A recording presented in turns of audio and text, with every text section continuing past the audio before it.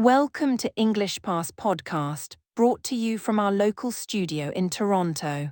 I'm your host, Sophia, and today we're diving into an exciting topic, French grammar explained.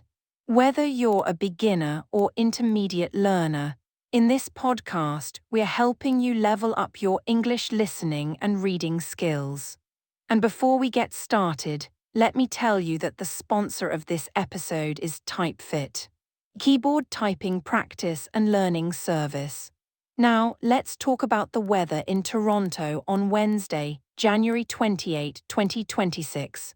It's currently minus 11 degrees Celsius, which is about 12 degrees Fahrenheit with clear conditions. It is so cold and clear this Wednesday that even the sun looks like it is shivering. Today, we're exploring something really interesting. French grammar explained. This is an engaging subject for English learners because it covers a lot of practical vocabulary and real-world situations. So let's dive right in. French grammar is the set of rules that governs the construction of sentences and the relationship between words in the French language.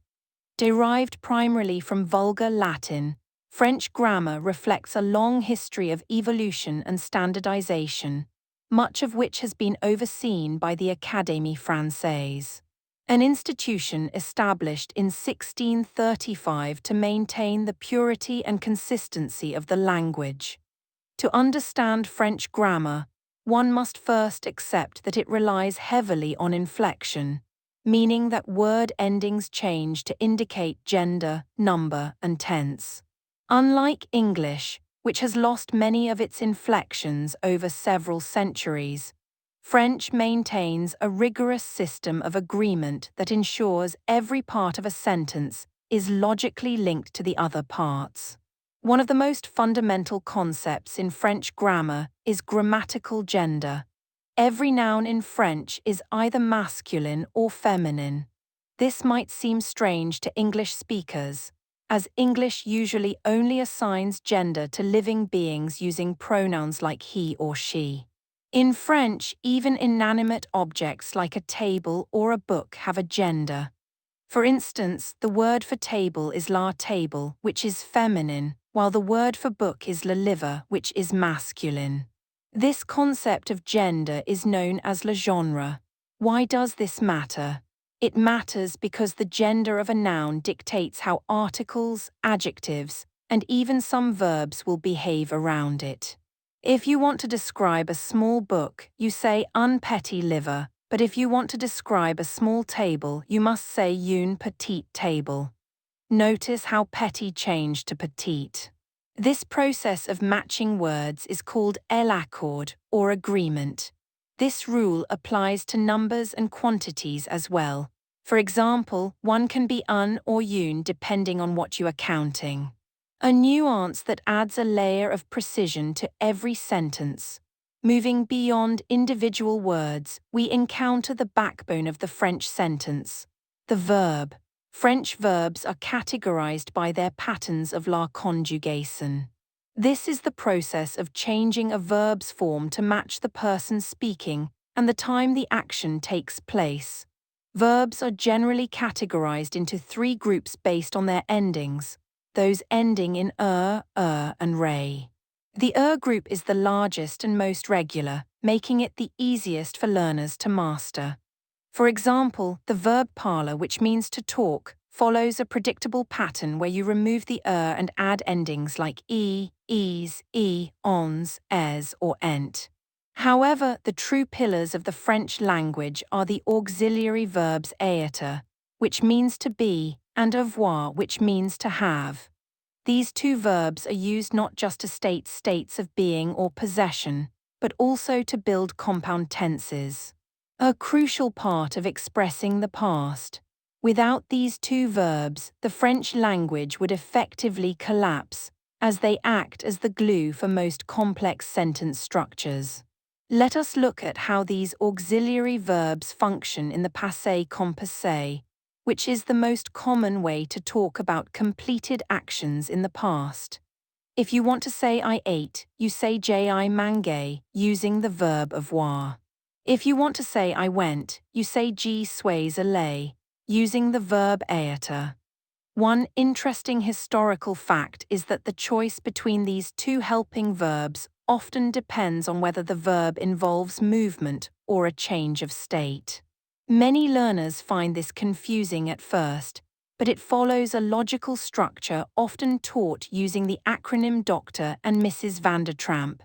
This list includes verbs like monter, to go up, restir to stay, and sortir to go out.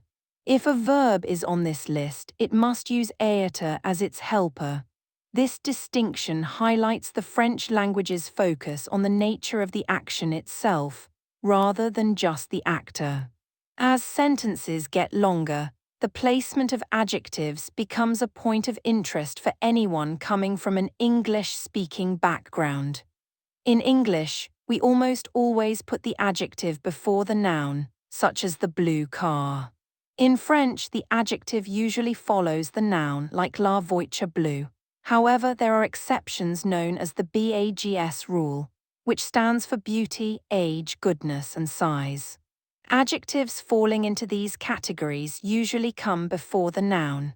For example, une belle fleur means a beautiful flower, and un vieux chien means an old dog.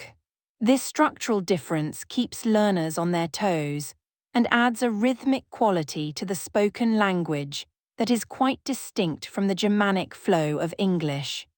It is a subtle dance of words where the most important descriptive qualities are prioritized according to specific cultural categories of importance.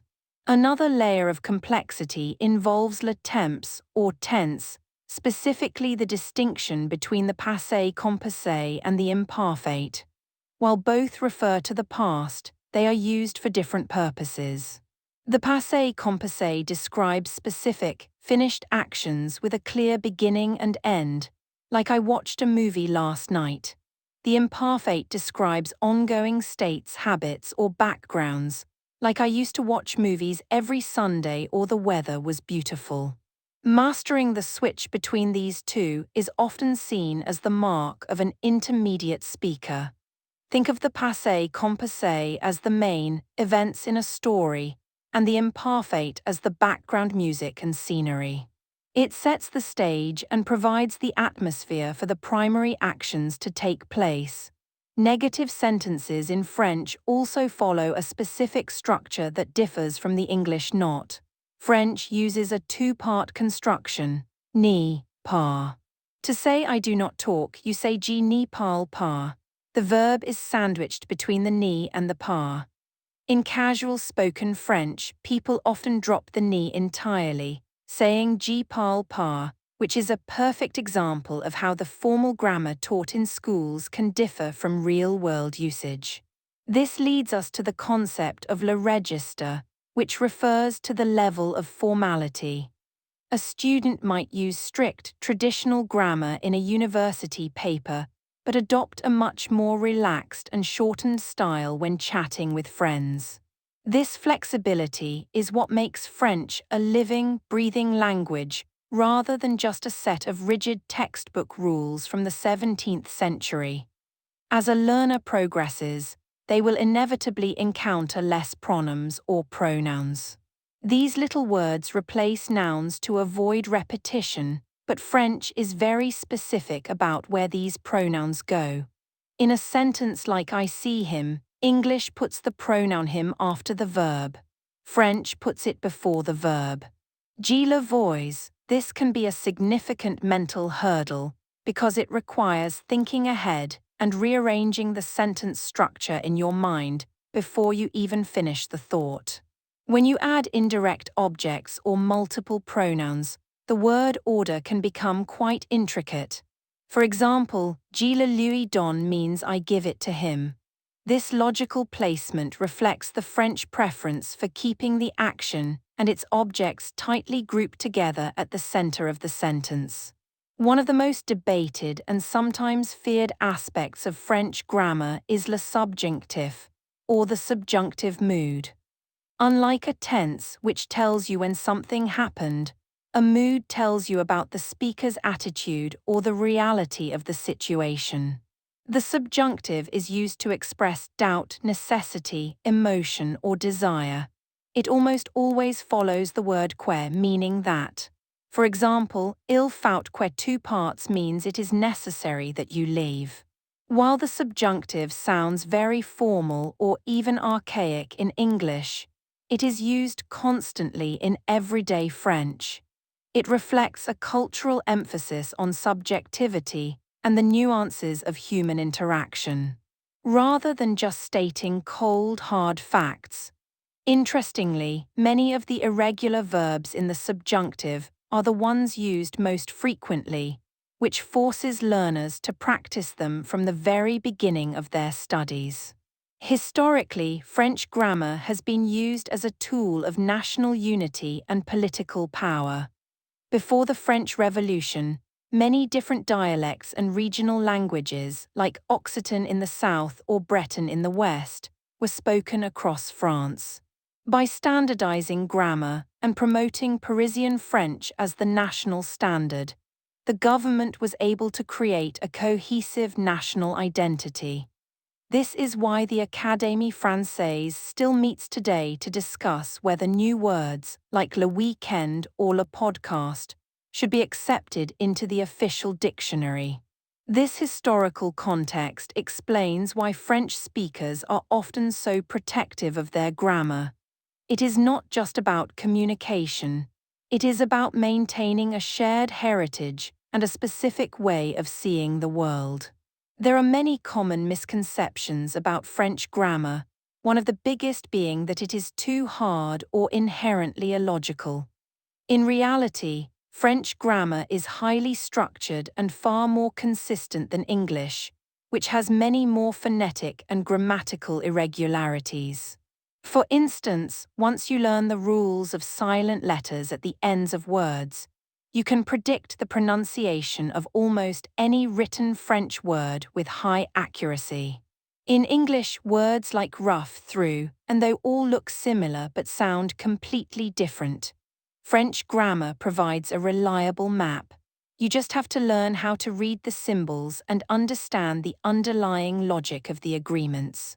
When you look at a complex sentence like les grandes fenêtres étaient ouvertes, which means the large windows were open, you can see all these rules working together in harmony.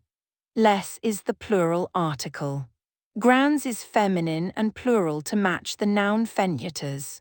Étaient is the imperfect form of the verb être, indicating a state in the past rather than a sudden action. Ouvertes is the past participle, which also must agree in gender and number with the windows. Every word is connected to the others by invisible threads of grammar.